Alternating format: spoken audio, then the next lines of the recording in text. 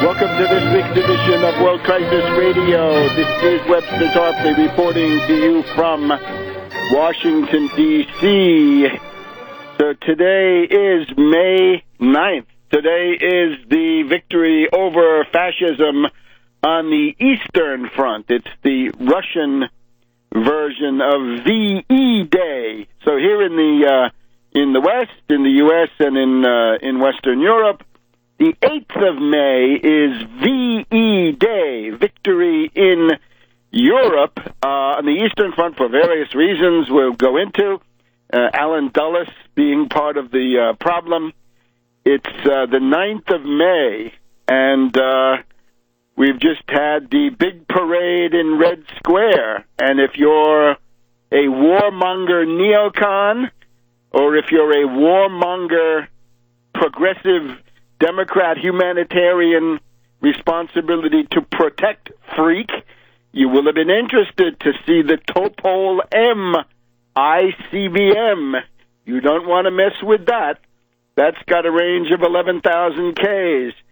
And that's a significant weapon. And they were also showcasing the AN-124 Ruslan, biggest cargo airplane in the world and second largest airplane of any kind in the world. So we had the big array of the Russian army there in Red Square with a flyover and a speech by Putin.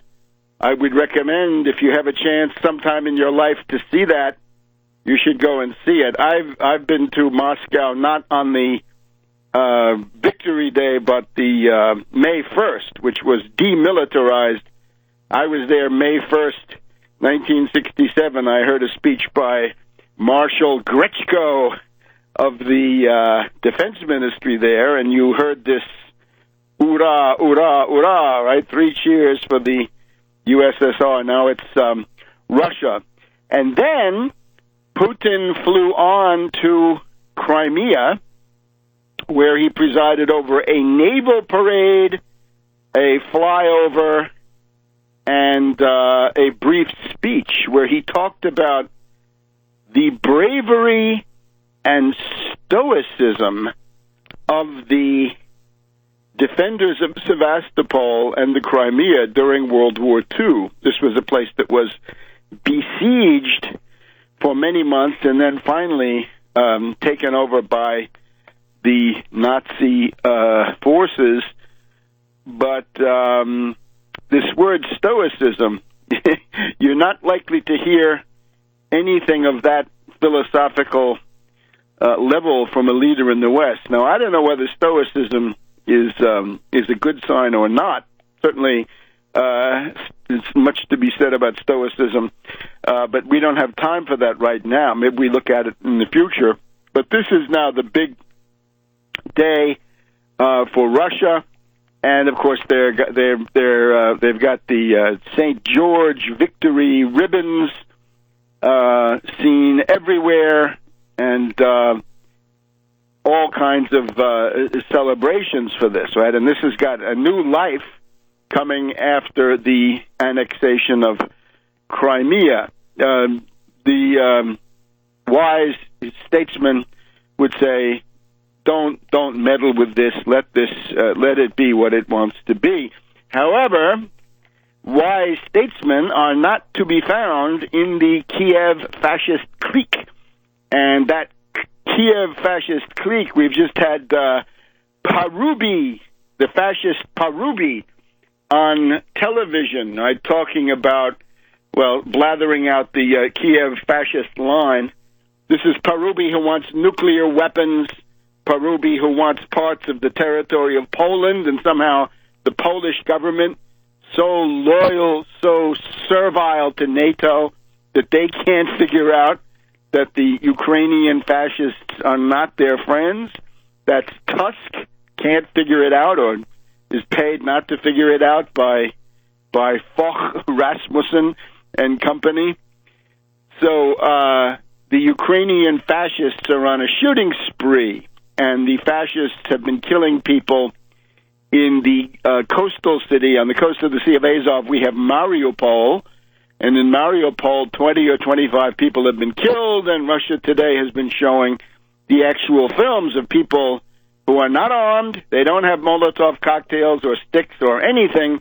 They're just out there protesting, standing around in the streets, and they get shot by the Ukrainian fascists. Is it right sector, the outright Nazis, or the Ukrainian army, whatever it is? So we can say that this week has enclosed within itself a cycle. You remember earlier this week, Putin made an appearance in the Kremlin with the current rotating chairman of the Organization for Security Cooperation in Europe, who happens to be the president of Switzerland, capital in Bern. So from Bern came the guy who's also the rotating chair of the committee that presides over the OSCE. And in Putin's appearance with this OSCE guy, they talked about this situation in Ukraine. Putin then came out and made a series of conciliatory offers. And those were, he called on the pro-Russian forces in eastern and southern Ukraine to delay their referendum. He announced that the Russian forces were, or had already, vacated the immediate border area. It's not clear how far that extends, of course. He called for negotiations between the two parties in Ukraine. He suggested that in the future the Ukrainian delegation include representatives from Donetsk and Lugansk and so forth. And he called upon the Ukrainian fascist regime to stop its military attack on its own cities in the west, in the east, and the south. And this obviously has not been done. So the fatuous individuals who are dominant for the moment in the West, somebody like Steinmeier of Germany, a social democrat accepting the degradation of a coalition government with Merkel. This is a monstrosity. Anyway, Steinmeier, in his fatuous, complacent superficiality, said, oh, well, this is a great thing, the tone has changed, and so forth. Yes, but it's all predicated on the idea of reciprocity, that if Putin comes out and calls on the people in Donetsk and Lugansk to delay their referendum, the quid pro quo is that the fascists are supposed to stop attacking these cities. And they've continued to attack in Slavyansk and in Mariupol and elsewhere. And they have spurned, they have repudiated that offer. So it seems to me that this entire false dawn is now reduced to nothing. And the fascist character of the government there in Kiev, the Euro-fascists, we can call them, or the Ukrainian fascist, was highlighted in the testimony of Mrs. Newland, that is to say, Madame Newland Kagan, wife of the despicable neocon warmonger Robert Kagan, top advisor to Romney, reminding us that if Romney were in the White House, we might have a world war on our hands. Romney might even now be acting out the white horse prophecy of Joseph Smith. You can read all about this in my study, Just Too Weird, Bishop Romney and the Mormon Takeover of America, Polygamy, Theocracy, and Subversion, that we might be at war if we had President Romney. Back in a minute.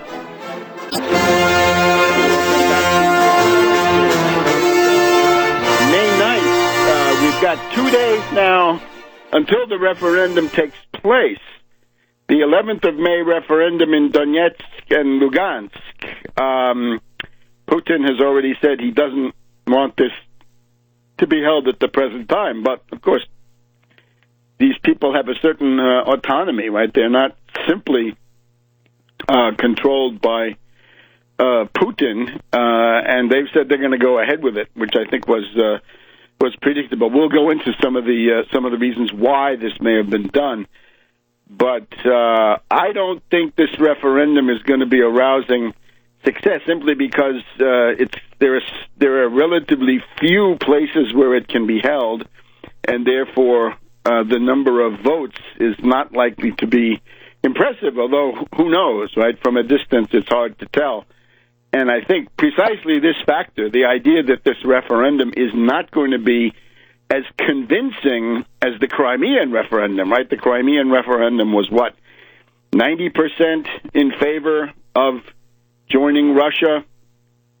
In this case, I don't think it's a result like that, which may be why Putin wants to distance from it. The other problem Putin has is you can't really argue that the 11th of May referendum in these southeastern cities is authoritative and conclusive, and then turn around and argue that the 25th of May presidential election, which is going to be held in a lot of places that are much quieter for the moment than southeast Ukraine, you can't then turn around and say that's going to be invalid because of the conditions. And then there's also comparisons to other places. Comparison to Syria doesn't work, because in Syria there has not been a coup. In other words, the areas of Syria controlled by Assad have in many cases been under the continuous administration of the legal Syrian government, and that now includes Homs. We'll get to that in a minute. There's reason to celebrate on the Syrian front. The fascist, or in this case terrorist rebels, the Takfiri, the holier-than-thous, have been kicked out of Homs, and that's a big deal. Don't let some Western journalist tell you anything different. But now, back to Nuland, that is to say, Madame Nuland Kagan, neocon, and her testimony in the House Foreign Affairs Committee. Questioning Nuland Kagan was Congressman Dana Rohrabacher, who is a straightforward reactionary, without any of this, pseudo-libertarian coloration. But he happens to be a pro-Russian or pro-peace reactionary. So he questioned Nuland about neo-Nazi groups on the Maidan. On the Maidan, were there neo-Nazi groups, he wants to know. And Nuland Kagan's response is, well, they were all the colors of the Ukraine. And Rohrabacher then concluded, well, that means there were neo-Nazis there, right? Now, remember, the official position of Yatsenyuk and the infamous Turchinov is that there are no Nazis in the Ukraine, none, except that we see, and we saw again in the last couple of weeks, a torchlight parade in Kiev of extreme fascists, dissident fascists, Nazis, who were sporting the portrait of this Stepan Bandera. Stepan Bandera looks like he could be the before ad for the hair club for men. But there he is, Stepan Bandera, Nazi collaborator, Quisling. I've said it before. You go to not too many statues of Vidkun Quisling, Nazi collaborator in Norway. You go to France, not too many statues of Marshal Pétain, Vichy fascist dictator, and similarly through other parts, right? Do we have monuments to the Rexists of Léon de Grelle in Belgium? I don't think we do. But in the case of Ukraine, and this is it's an exception, we've got more than 24 statues of the raving Nazi, anti-Semite, fascist, what have you, Stepan Bandera. So, not good. So, there it is. By the way, in addition to the $5 billion that Madame Nuland Kagan says we have, the United States has paid into the development of democracy. In other words, Nazis. In Eastern Europe, of course, we've seen it so many times. You can be an SS-level Nazi, and you're a democratic force as long as you're anti-Moscow, anti-Putin in particular. But she now says that the United States, just in the past couple of weeks, has paid another cool $18 million to Kiev. And I guess in addition to that, another $9 million to the fascists of Kiev so they can organize their election. It takes a lot of money to print those ballots and so forth. We've also